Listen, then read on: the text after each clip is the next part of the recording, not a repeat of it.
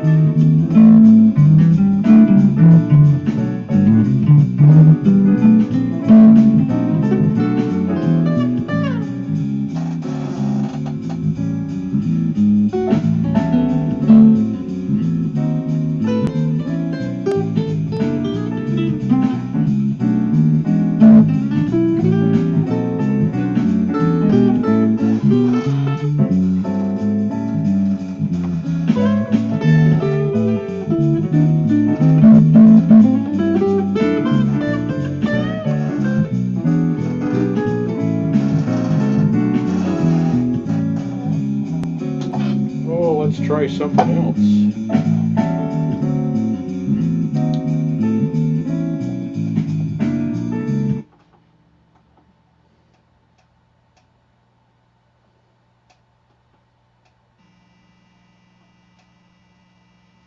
A distorted guitar on a jazz song. Well, that'll be interesting.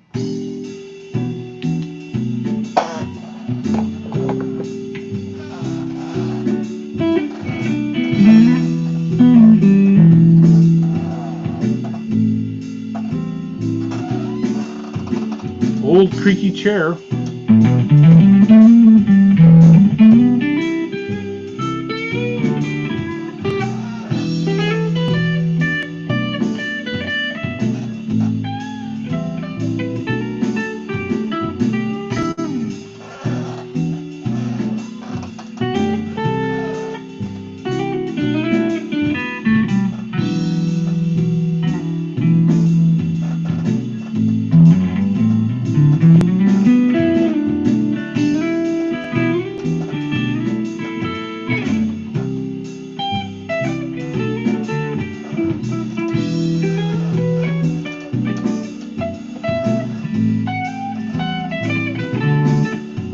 Cooper it.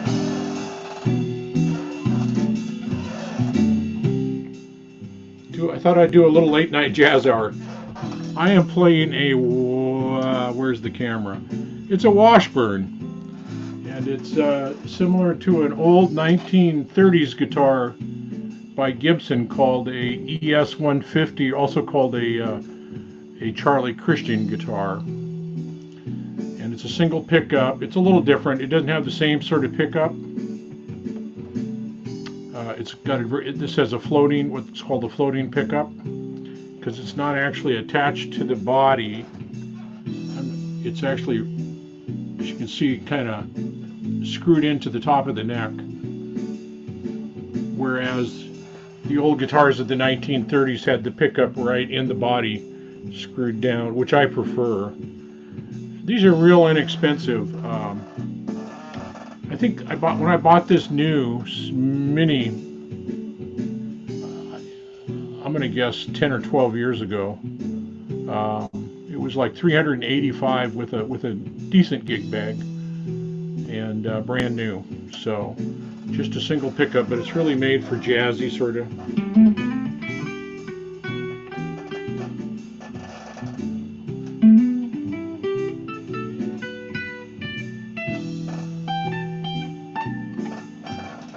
Problem without, more modern guitars have a cutaway here,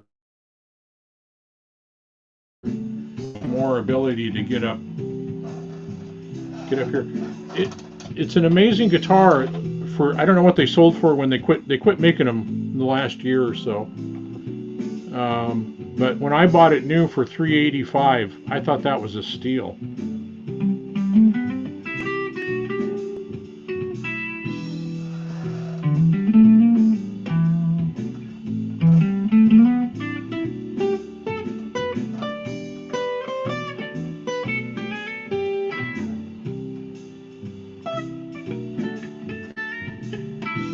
Been a long time since I played it.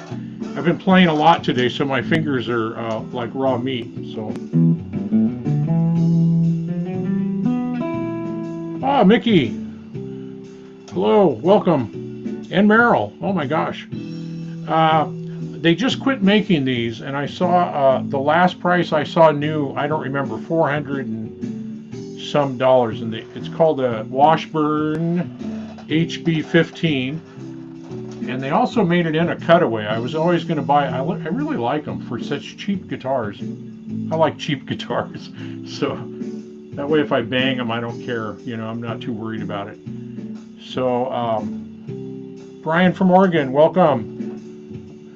We had good weather today, didn't we, Brian? It was pretty well up here in Mid Valley. It was nice anyway. Yeah, it's a hollow body. It's a little bit thinner than a real Gibson Charlie Christian, an ES 150. I think. I think they had a little less depth on these. So, but they sound amazingly good. I was telling Kubrick, it's got the floating pickup. That's the latest craze in jazz guitars, where I don't know if it's screwed in or riveted or what, but anyway, it's right on the top of the neck. And, oh wow, you had it better than I did. I think we got up to 68, and I was,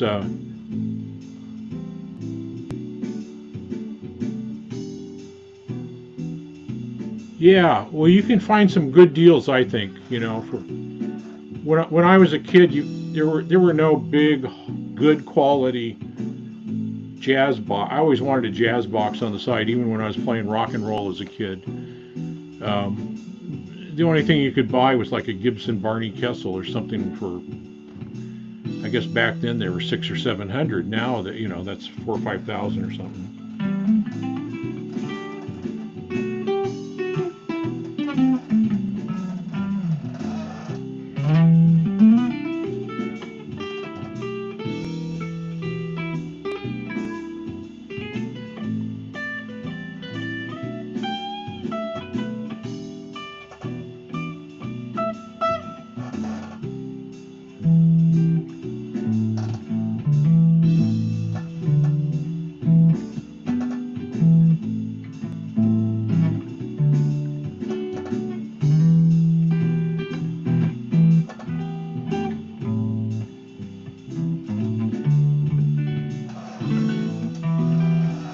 Yeah. Let me turn the music down here a little bit. Yeah, I think you can find some good deals. Like Kubrick, was one of yours a Squire? Is it no? Was it an Epiphone LP? I don't remember. But I mean, some of those play really well for very little money. And if I used to have a Gibson Herb Ellis, an ES 165, and when I would record, I was so stiff and afraid I was going to bang it or scratch it. I never liked relic guitars, but there's something to be said for relic guitars. You don't have to worry about scratching them, I guess. But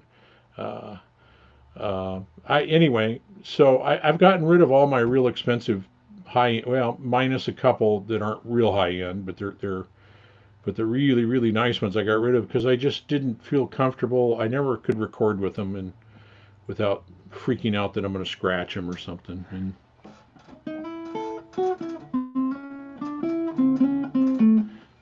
I've been watching how-to Charlie Christian videos all afternoon and evening, and my fingers are like hamburger.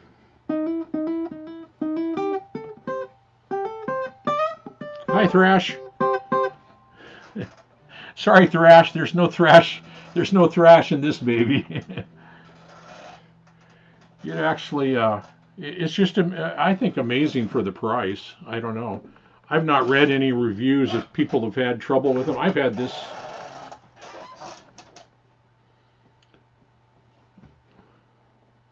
$12 years, I'm going to guess. I'm not sure. I'm going to guess it was somewhere around 2008, 2010.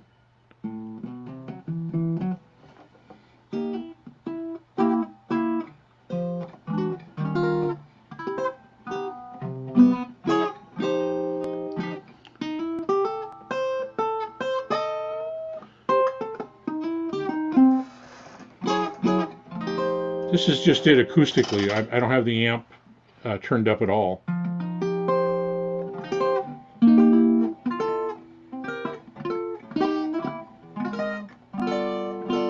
Plays really good. The only thing I noticed today, I looked at the neck, I'm getting a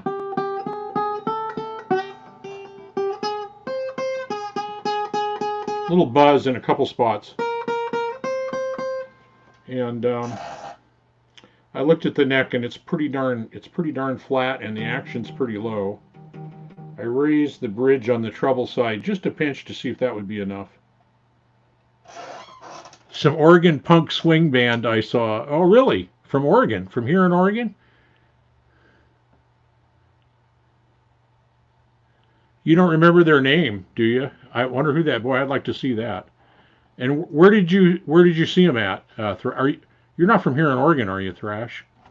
I'm thinking back somewhere, back east, Midwest, somewhere like that. An old K, yeah. Some of the old Ks were not too bad. I mean, when we were kids and we saw the Ks sitting on a shelf at the, most music stores didn't carry them. They were at the Five and Dime, or some, Montgomery Ward or Sears or someplace like that. But they did make some higher end ones. In fact, they made a Barney Kessel signature. Barney Kessel gave his name to K for a while.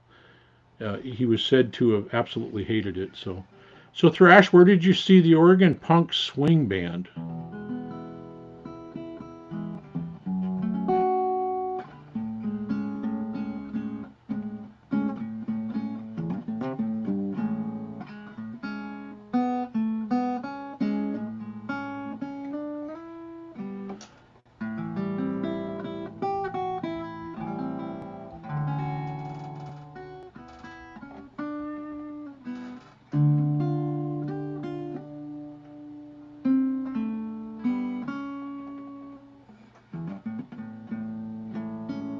Oregon Punk Swing Band. Man, that has my attention. They had to be, most of the bands that have any popularity at all usually come out of Eugene or come out of Portland.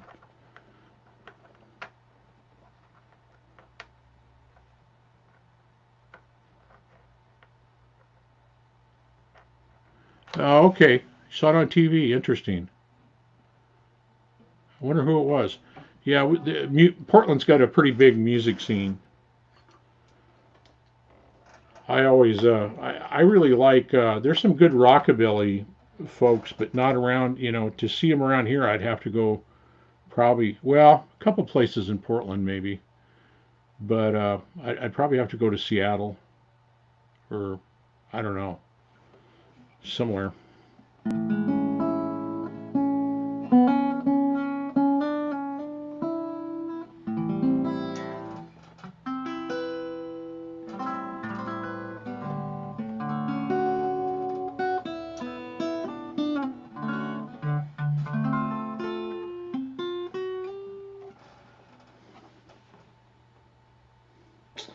Brian, I bought one about 3 months ago and I played it came with 12 gauge strings.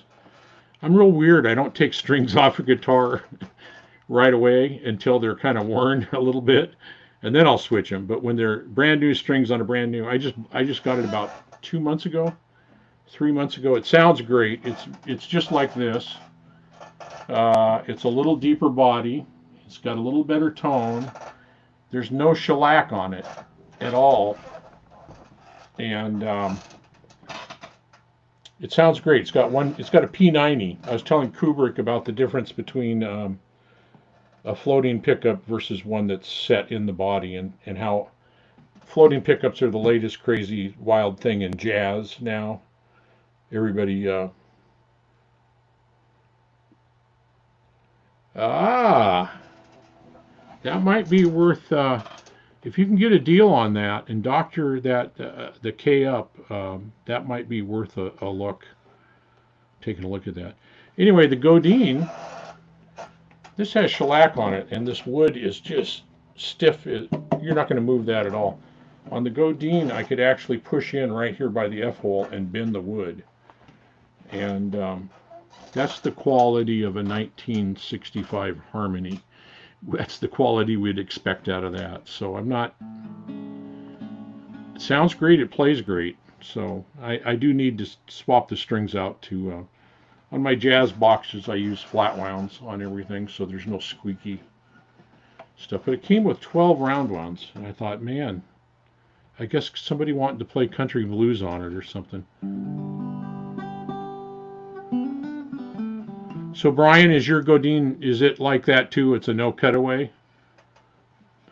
I think they make one of those with a cutaway.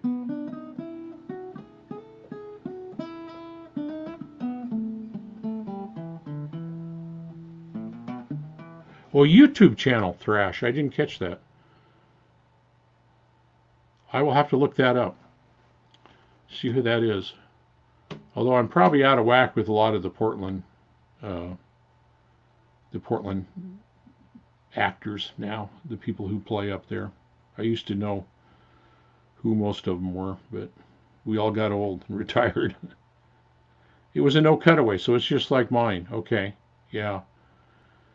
Yeah, I'm liking the tone. I like the playability. I'm worried about that wood. I almost to the point where I thought I might strip it down and put some shellac on it or something to really stiffen it up. So the reason I buy the no cutaways on some of them is I always like Charlie Christian, and I always want, and that guy plays up and down the neck without a cutaway, or he played, I should say, not plays. He hasn't been around for long before I was born. So, and so it's kind of restricting, and I kind of like that. And I also think there's an argument to be made that that the no cutaways actually do. There's more airspace there for tone, and they really do. I mean, I'm impressed with this thing with a floating pickup. The idea is the floating pickup's supposed to be acoustic, make it sound more acoustic-like, and I don't want it to sound more. I want it to sound jazzy, and I don't want it more. And this one doesn't. This one has more of the old school. In fact, I was just trying to look up the truss rod diameter for what size Allen wrench I would need to adjust it. And there was one guy that said he eliminated this guitar immediately because it just had too much of that old 30s sound. And I thought he's right on. It really does have an old school sound and vibe to it.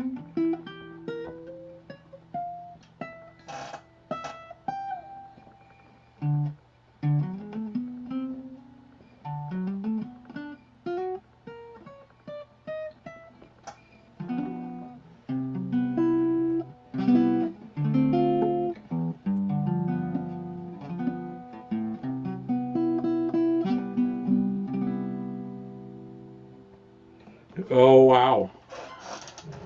Original flats.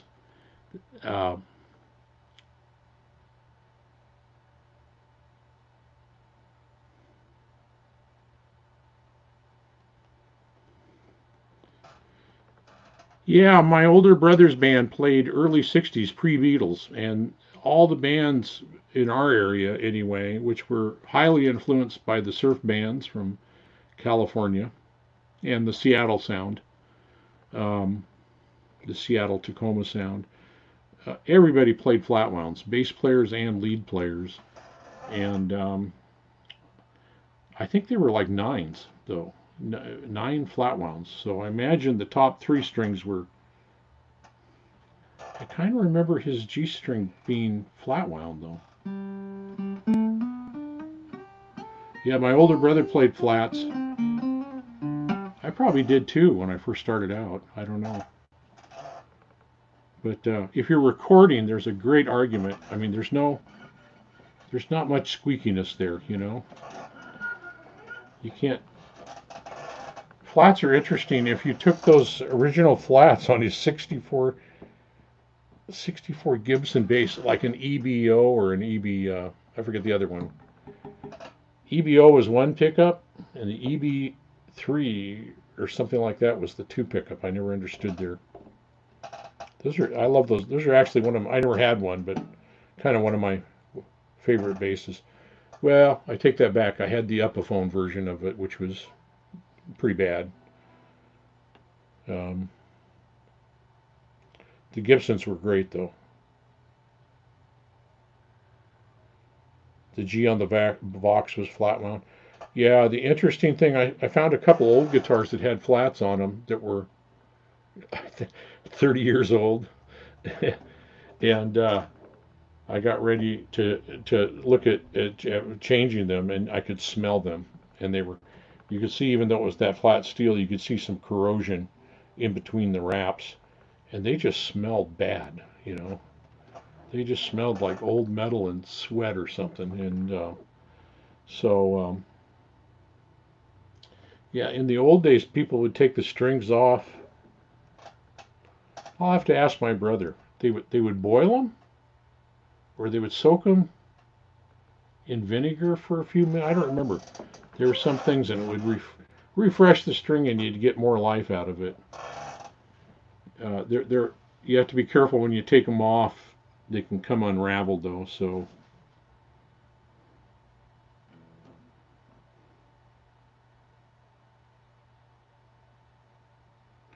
yeah, it gets rid of a lot of that squeakiness. Yeah, we'd use them in the studio quite a bit. Yeah, I So Merrill, you've heard that too about boiling bass strings, maybe guitar strings too. I don't know, but I remember hearing it about bass strings. Yeah. Whoa, Thresh. I'm reading your last. Your dad is a maroon. Your dad's is a maroon EB3 with reverse tuners. I don't know what that means. The EB basses had 2 per side, right? If you're talking about reverse tuners, instead of were they 4 up and instead they're reverse 4 down? That sounds almost like a Thunderbird, Firebird bass. They made Thunderbirds. The Firebirds were the upside down headstock, and they called that normal. And when the Thunderbirds came out with the tuners on top, they called that with reversed headstock. That was the reverse because the Firebird apparently was original. So for a few years anyway, they called the ones with the normal tuner sticking up reverse headstock.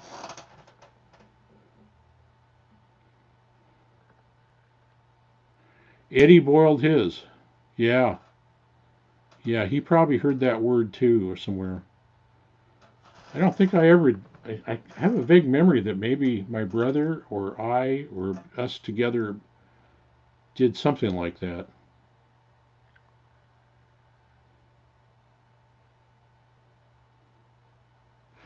Oh, that's a Jack Bruce bass. I know exactly what you're talking about. Did it have sort of a violin-shaped body or an S? You say it had an SG shape. The original one of those had a little bit of a, even though it was a solid body. Jack Bruce played one. You can look it up. I don't know what the designation was on it, but yes, they had like banjo tuners going out the back. Yeah, and then he switched over to an EB3 with 2 per side, the SG shape. But his original one was just a little bit more, kind of more violin shaped than an SG. Yeah, I love those SG. Well, all my favorite bass players as a kid. Now, everybody around my neck of the woods on the West Coast, everybody played Fenders, jazz, or precision basses, or something that was a wannabe. Few people played Gibsons, but my heroes were from the British invasion. As I came up, the British invasion hit, and my heroes on bass were Chaz Chandler with the Animals, who played a hollow body Gibson, and Chris White with the Zombies, who played an EB3, the 2 pickup one. And to me, those basses with the humbuckers, a lot of bass players complain, oh my gosh, they're so muddy, they're terrible. They're just the worst thing ever. And I just love the sound of them. And I think on recordings, they've proven themselves to. Yeah, they had some weird designation for the Thunderbird versus the, and I don't remember if that was on the guitars or back then I was pretty much looking strictly at basses. So yeah, look up some early pictures of Jack Bruce with probably even with Cream. He was playing a different look. One I actually just looked at it a few years ago. It was the first time I'd ever noticed because by the time they became popular and I discovered them, he was playing the EB, the regular EB3 with two per side, not the reverse things. Yeah.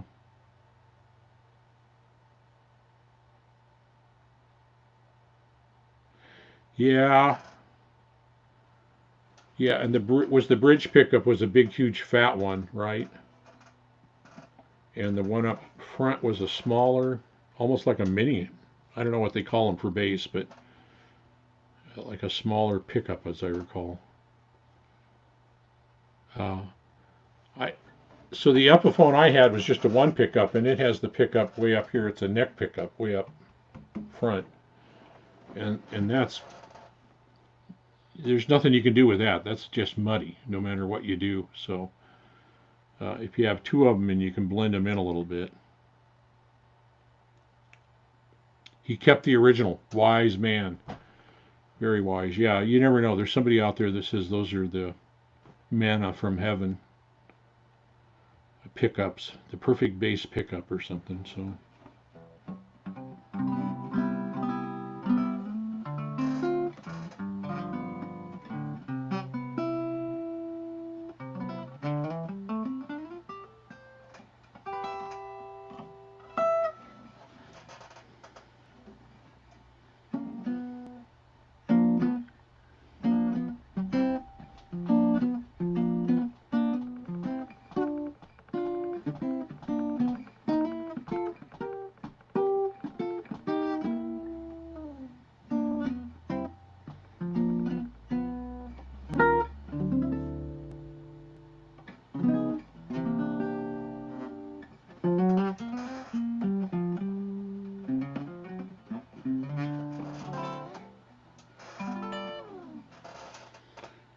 Brian Ritchie, I think I've heard that name, but the Violent Ferns I don't recognize. But he just kind of owned the bass on acoustic. I hope I didn't miss it, but gosh, now I'm trying to remember the guy's name. He plays with Richie Kotz. He's played with a bunch of people, uh, and he's going to be on Johnny Bean live. Uh, Gosh, I just saw him interviewed on another channel.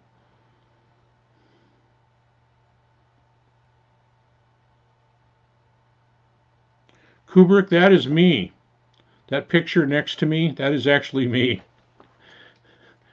You just have to you just have to see the the right the right look there. Yeah, that's me, but it's about Billy Sheehan. Thank you. Yes. Yeah, and I think he's going to be on Johnny Bean here. I hope I haven't missed it, but pretty soon. And I just saw him interviewed. Oh gosh, he was on some other channel. Oh, the Helix guy was interviewing him. Guitar gear guy. I just subscribed to him, so I'm not that familiar with him, but he does all Helix stuff. And the guy's just a really nice guy, and he was like in his garage being interviewed. I think using his iPhone or something to, but it was, man, he's really, yeah, in my day, he's about my age, probably maybe a little younger, but in my day, we plugged into whatever amp we were lucky enough to own, and that was it. But he talks about all his pedal and his interfaces and his speaker systems and things that and then says, so I keep it pretty simple, and he probably does by today's standards, but um, Yeah, by the old standards. Music Gear Network. Yeah.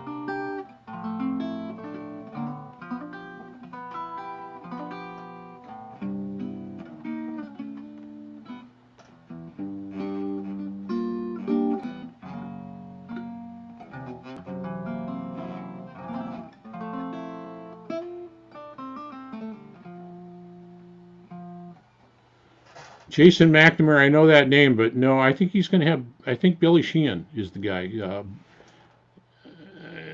I don't want to say bald, but a very thin-haired individual nowadays.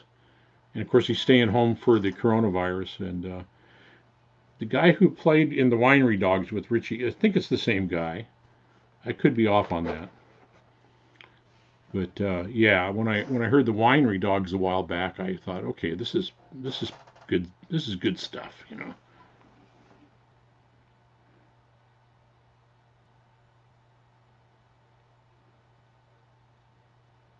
The Pine Street Tavern in Portland. That's one place I've never been there. I don't think I would go up there. No, I don't. But I just saw Chet Atkins doing a medley, and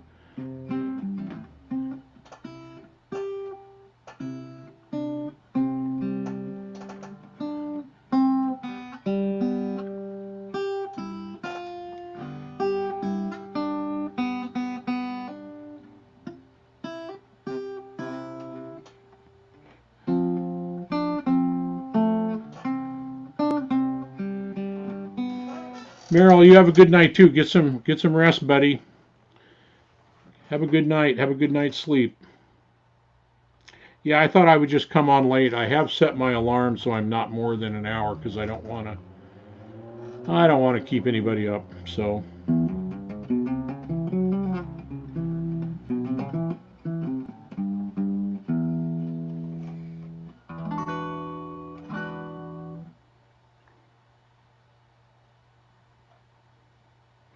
oh, on Jason's channel, Jason McNamara. I know that name, but I don't think that's a channel I subscribe to. So, I may have come across it, watched it anyway. So, um, Leland Sklar. We're talking a lot of bass players here because I'm an old bass player, I guess. But Leland Sklar, James Taylor's bass player, and he was a Studio Cat, Carole King, and a whole bunch of people. He's doing almost daily videos from his home. I think he's a little.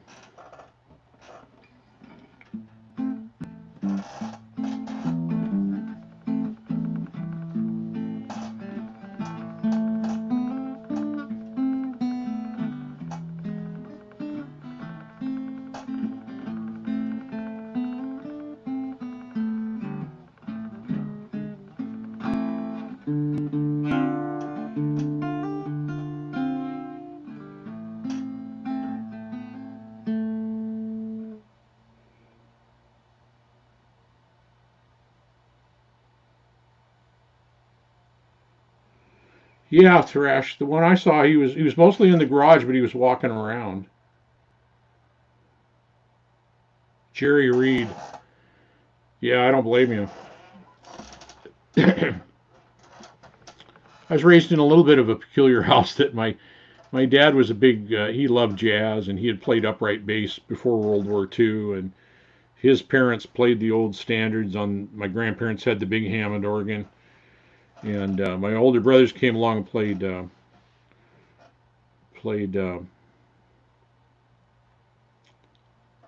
surf music mostly before the Beatles. Well, not mostly, but I mean pop 40 kind of as we all did back then. So, but um, we didn't have any country music at all in our house, and just luckily, some people the street were from Oklahoma, and Daryl, the dad over there, loved his stuff like hee haw, and so that was kind of my introduction to country playing, and I saw Buck Owens on hee haw with his guitar player, Don Clark. Is that his name? I think. I may be off on that. And other people, Roy Clark was also on there. Don.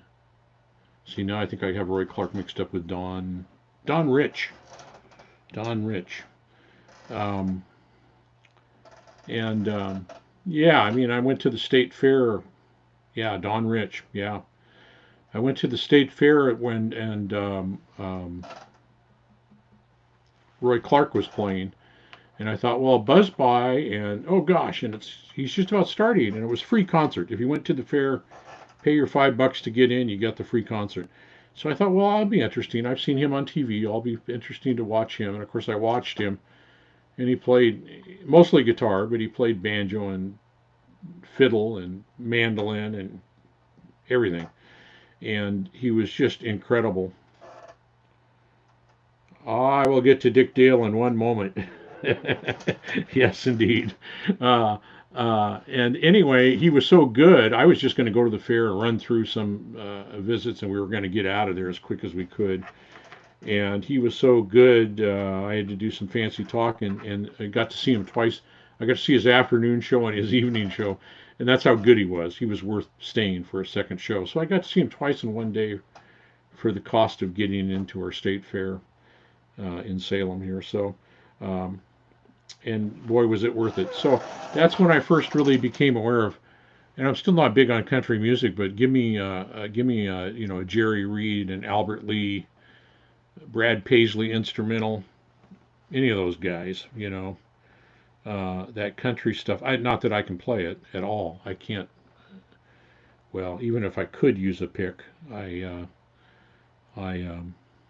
wouldn't be able to use one that fast. So Dick Dale. Dick Dale he was huge, and my oldest brother was buying albums. He was just old enough to be hitting his teens, even though I was still a little. He was about 5 years older than me, 6 years older than me. And so he was buying those early albums of Duane Eddy, you know.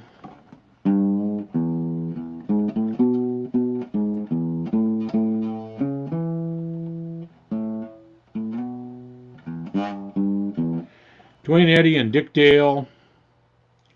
Then the Beach Boys hit, and so Dick Dale just passed away here in the last, oh gosh, must have been the last year and a half. And I was lucky enough that I actually got to see him. He would just play little, in these last years, he would just play little bars up and down the West Coast. And if he had a gig in Portland and one in Eugene, and his off night, he would play in Salem or in Corvallis. That's where I saw him. And he played there like three times. I got to see him twice. So, and he was actually, the guy was really phenomenal. In the middle of his show, he would do this slightly, I don't even know how to describe it. It was kind of a jazzy surf tune. And the guy pulled out a trumpet, and I swear, it makes no sense at all, but I swear he did a Miles Davis surf trumpet solo that was just, yeah, Dick Dale passed away, last year or so. I don't remember exactly when. I was hoping he would come around one more time, so I wanted to see him one more time. And the red, white, and blue guitar, which he had with him. I don't know if he just had one. He may have had 10, as far as I know. But yeah, Ms. Lou. I mean, we all tried to learn that sort of, you know.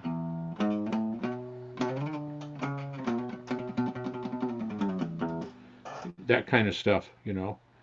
And my older brother's group did a lot of.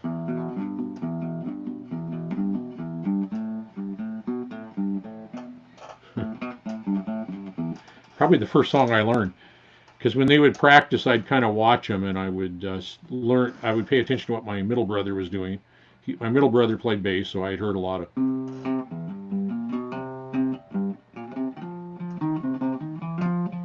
that sort of thing, and so I knew that there was kind of that 1-4-5, and he showed me a lot. You know, I was just really kind of blessed that he showed me a lot. My oldest brother didn't show me quite as much, but I could I was learning those chords, and I knew if I saw this learning how to play bass, that was a G. So I knew I could go, I could do something.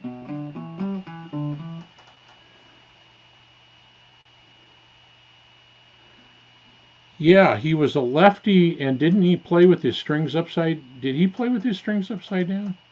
I think he did.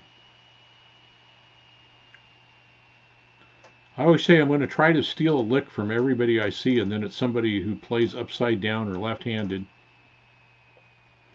I was lucky enough to get to meet and visit with Ralph Pat. Ralph Pat was a big orchestra guitar player years ago and kind of settled down in the south of the Portland area and kind of retired from playing. But he's quite well known. He wrote the Vanilla. Actually, you can look him up on the internet. Ralph Patt, P-A-T-T. I hope. He wrote the Vanilla book on jazz, and he was the first guy who told me that when you're trying to, I'm not a jazz player really, but if you're playing jazz, don't worry about all the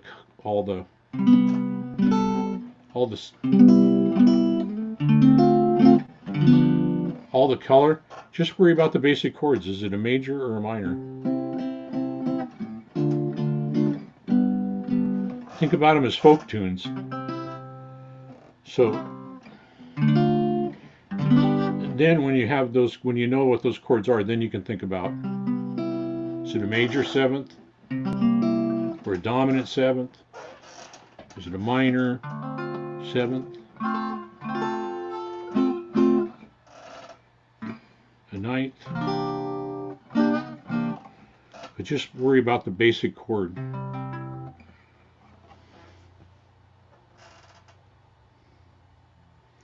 Yeah, some of those Jewish folk tunes were,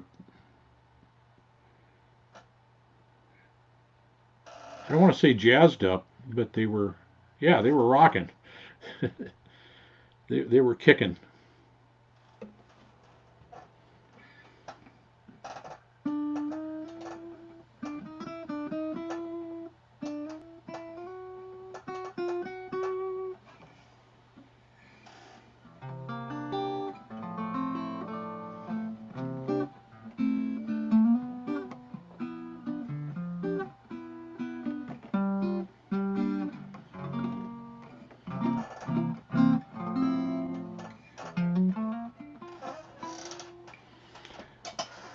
I played. I'm afraid to even say the songs because I'm afraid that'll get me the copyright. The young lady from Ipanema. But I played that on here just like that, just a little, and I've never gotten a copyright claim.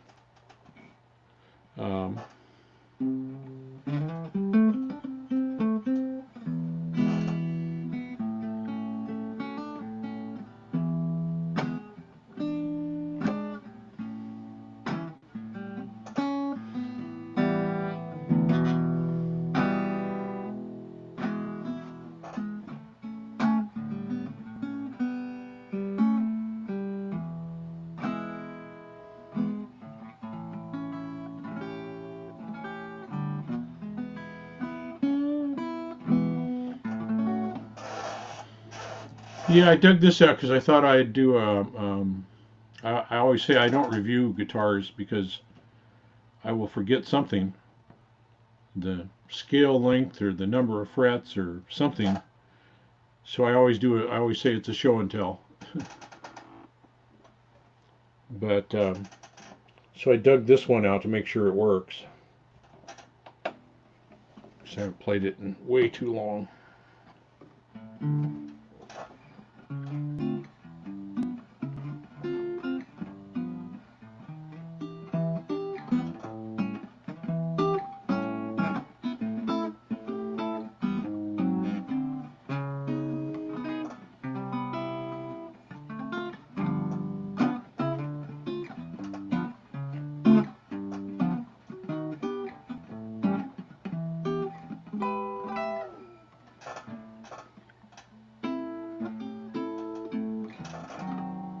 Well, thank you, Brian. Yeah.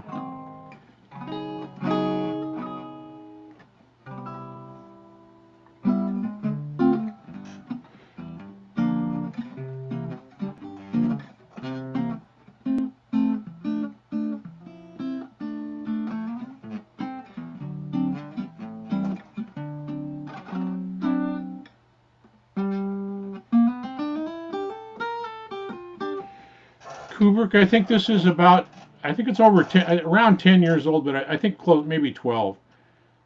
I don't, I bought it, I was on vacation over in Central Oregon in Bend, and a guitar shop had it over there, and I got away with buying it, so.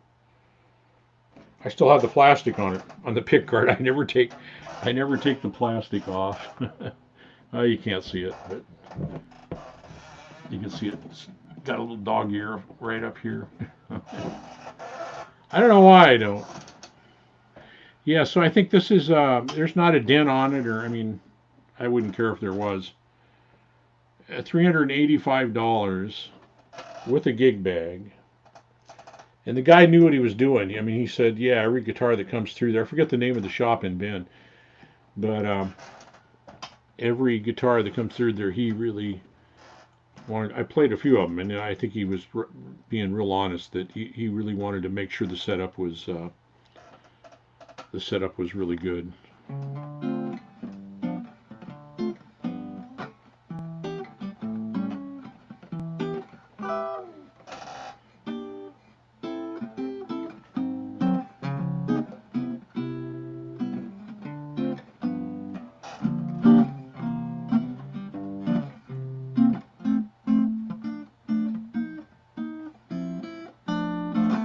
Forget.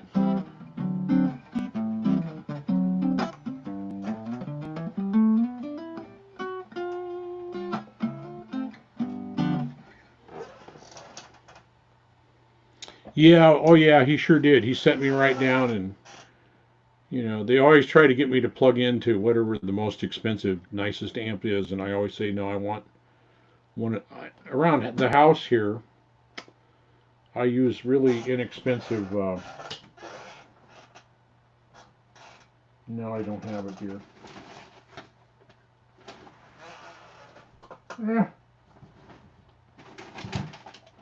I mean, I have a Vox AC4 right over here, a tube amp, and I've got one of the little bitty ones too.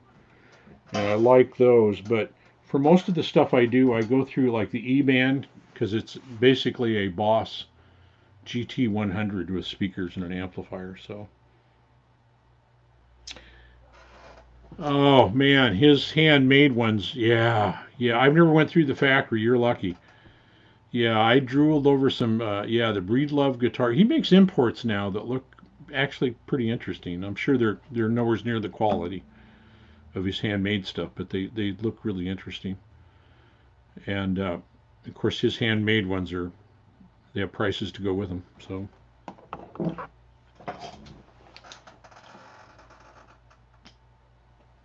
Oh, here it is. I was stepping on it. I'll show you my latest amp. It's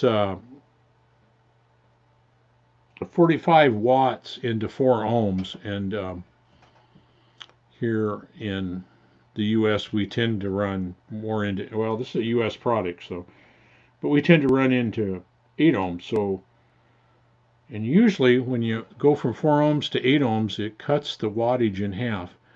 But for some reason, in this case, it only cuts it down. It's still 33 watts. And I run it through, which I don't have here. Just one of those 112 Fender 112 cabinets. They're real cheap ones. They're like 199 new. Those are really good cabinets, by the way. For buy them used, you find them 100 and a quarter, 150, and they're pretty good. And so I just use, there's my 33 watt amplifier going into 8 ohms. And most jazz guys, I'm not one. I'm not a real jazz guy. I play one on YouTube. But a lot of the jazz guys from the old days, they didn't like tube amps at all, because when you'd crank them, you'd get that awful tube breakup, which is what most of us want. We want that tube breakup for that really good overdriven sound. And of course that's not hi Carl, how are you?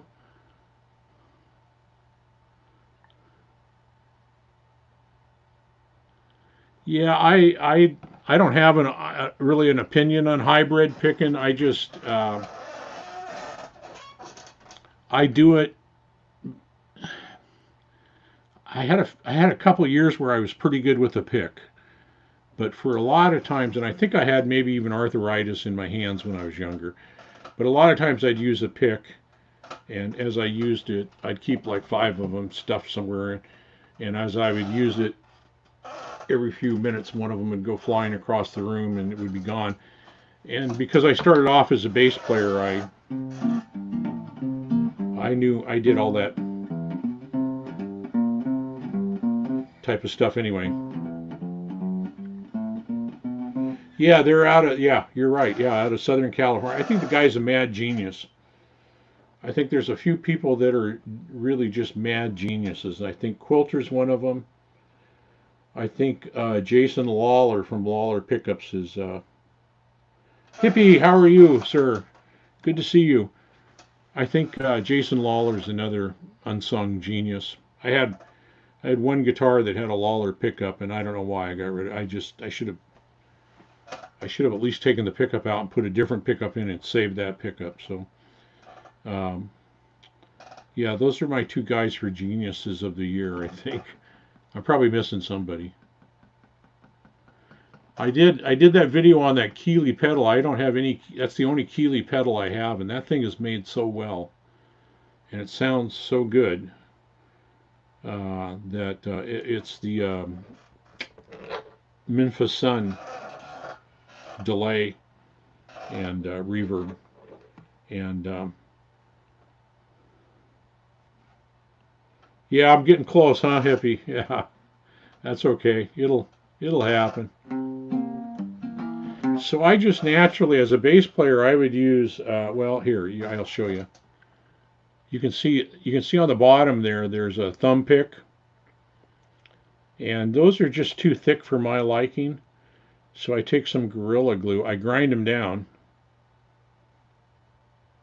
and then I put a regular pick in there. That's a real lightweight pick, like a 68. But when you glue it down close to the edge like that, it makes it feel stiffer, like a. It feels more like a 78 or an 88 or something like that. And it gives me a little. It gives me the ability to uppick as well. Whereas the ones I've been using over the last year are these Hercos, and even now this is a medium, I think. But even if you use the heavy, if you I'm no good at using these cameras. If you down pick, it's okay. It stays there pretty good. But if you up pick, it will just rotate. If you hit a pick, it'll just rotate around and go flying off sometimes. So the heavier ones are a little better. This actually feels like a heavy to me. It is, yeah. Ah, the alarm time. That's my time to check and to see how long. I wanted to keep it right at an hour.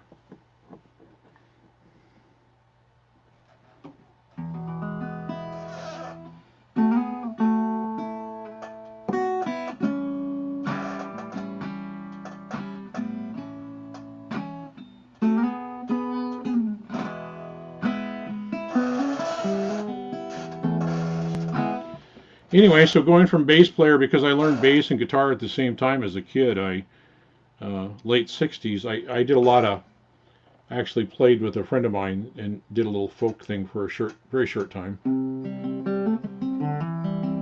So I did a lot of stuff like that. Of course, the 60s wouldn't be right without something like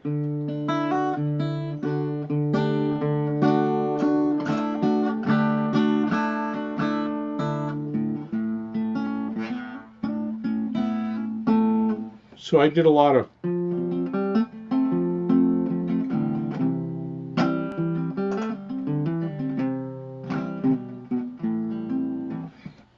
finger picking, a lot of acoustic stuff, and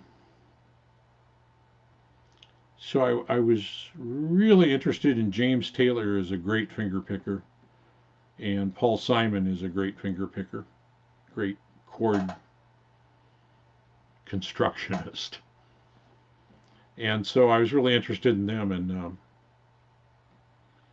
then Paul Simon ended up with that backup group when he did like One Trick Pony, and it had Eric Gale on guitar and Richard T on keyboards, and it was kind of my introduction to. I'd probably heard Crusaders before then, but it was my introduction to fusion type stuff and kind of fusion funk, and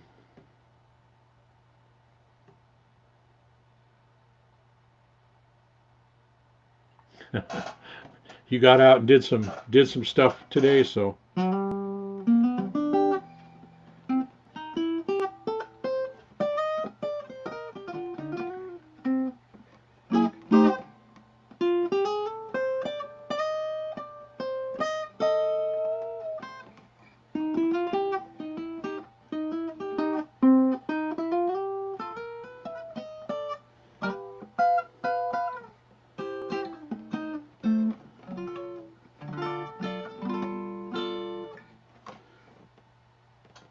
Yeah, so anyway, so I'll still use the Herco off and on, but I use my own homemade, grind them down, glue them on. I usually use this is a 68, I'm pretty sure. I usually use a 78. When you glue them like that, even though they're 78 and you're using just that tip of the pick, it feels, I don't know, it's much stiffer than a 78. It feels like a 98 or something. It fights well above its class. So I kind of like that, because if I actually use, I know some hippie will tell you, um, people use 1 mil, 1.5 mil picks, and there's no way. It just feels like I'm using a club for me. So, and I joke like one of the best jazz players around right now is a guy down in Vegas. I'm probably not going to get to it by Sunday. I've actually recorded that last one I did, Ticket for a Ride by the Beagles, written by McCarthy and Leno. I actually made a backing track for that, which is it's about a 2-day effort right there just to make the backing track, and then I have to figure out. Well, I have to balance the instruments. So I do that all in Band in the Box, so I have individual instruments, and then I export each track as a WAV file into my DAW. So drums, bass. I think in this case I'm using a Hammond, and I want to say maybe a rhythm guitar. And so I got those 4 tracks. Yeah, Kubrick. I called on one of my videos. I referred to them as Leno and McCarthy. I thought it was. I wanted to see if I was going to get a copyright claim, and I did Ticket to Ride, and it was a kind of a rock version.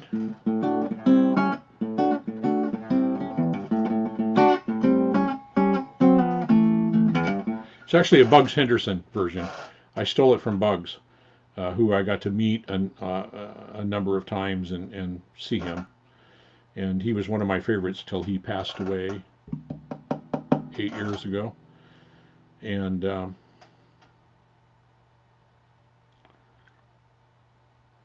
so that was 8 years ago. Yeah, so I might have got this guitar about 8 or 9 years ago then. Maybe not 10 or 12.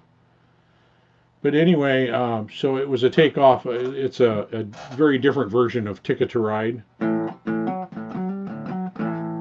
Kind of a boogie. A little hard to do on a jazz box, but.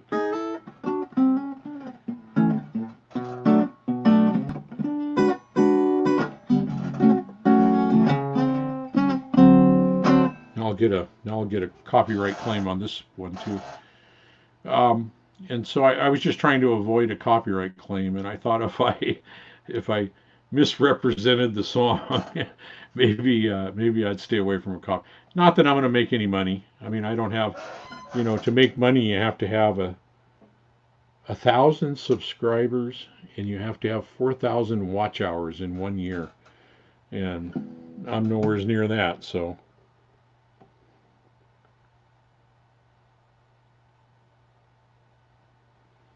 oh, I think you good for you, Carl. That's very good. Yeah, yeah. I actually know a couple people that have gotten it, and interesting. I mean, I thought if they were healthy and they got better, which they did, but I thought they would probably then say, well, it was like a really bad flu, and their report was, no, it's not like anything you've ever, it's not like any flu, and so, wow, I'm so far I don't have it. Knock on a plastic a plastic table. So, um, yeah, and I don't. Yeah, we really stay away from others. I mean, when we got to go shopping, you got to go shopping, and that is it basically. Uh, and I'm trying to get out and walk around every day, and I'm trying to go out. You can go out for a drive.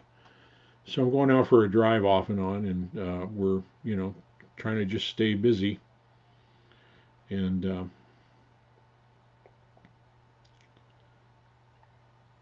try to not. I mean, we couldn't even buy masks, and finally at the little store, I got a kick. I mean, I don't blame them. The little store up the street from me a ways started selling them the little paper masks, which really don't do anything. They look good though, so people in a store won't get freaked out.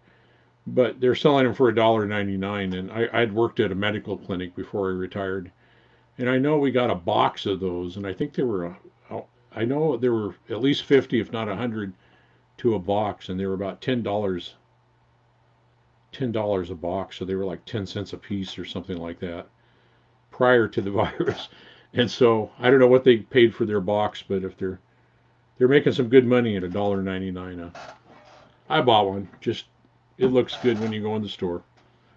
I don't think they really do anything for you though. I think you got to have a much more serious. They claim the P95s, but I question even if or the N95s. I question if they really do anything either. Well, Kubrick, that's what I was using prior to finding this mask for sale. Yeah, I think a bandana is better than those little surgical masks. Well, the surgical mask, if you really go in surgery, you really see those are much bigger that they actually do right. These are more like the hospital masks, just the little square ones. So bandana is probably better.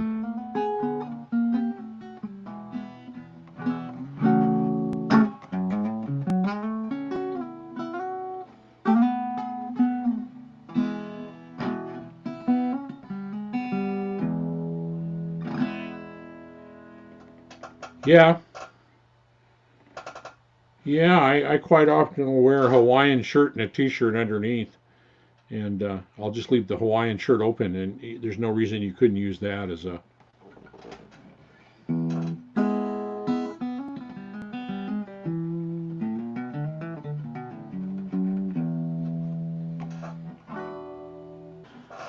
Well, folks, I've gone over my time limit once again. I'm at an hour and 4 minutes, so I thought I would just kind of have a check-in and let people.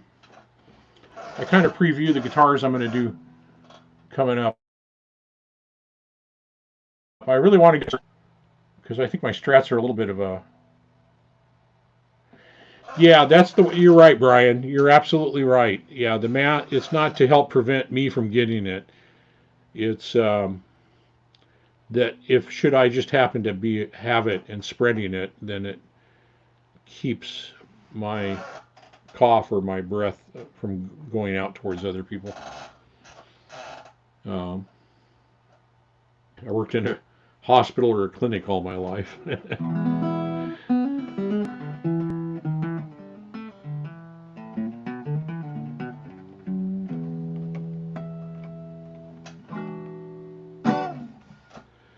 So, folks, I bid you goodwill here, and hope everybody gets some rest. And we probably we probably need a little extra rest during these times just to make sure we're staying healthy. Go for a walk. I think that's really best thing we can all do is go for a walk. Go for a drive. if you got a bum knee like I do, going for a drive is just fine. And although I haven't filled up for a while, so I haven't looked really. I've heard it's come way down. So you everybody have a good one, okay? I appreciate you stopping by, and it's good to talk to you. And we'll see you all around at a later time. Night or good morning. It's night for me still. Good morning for some of you, I think. Talk to you later. Bye.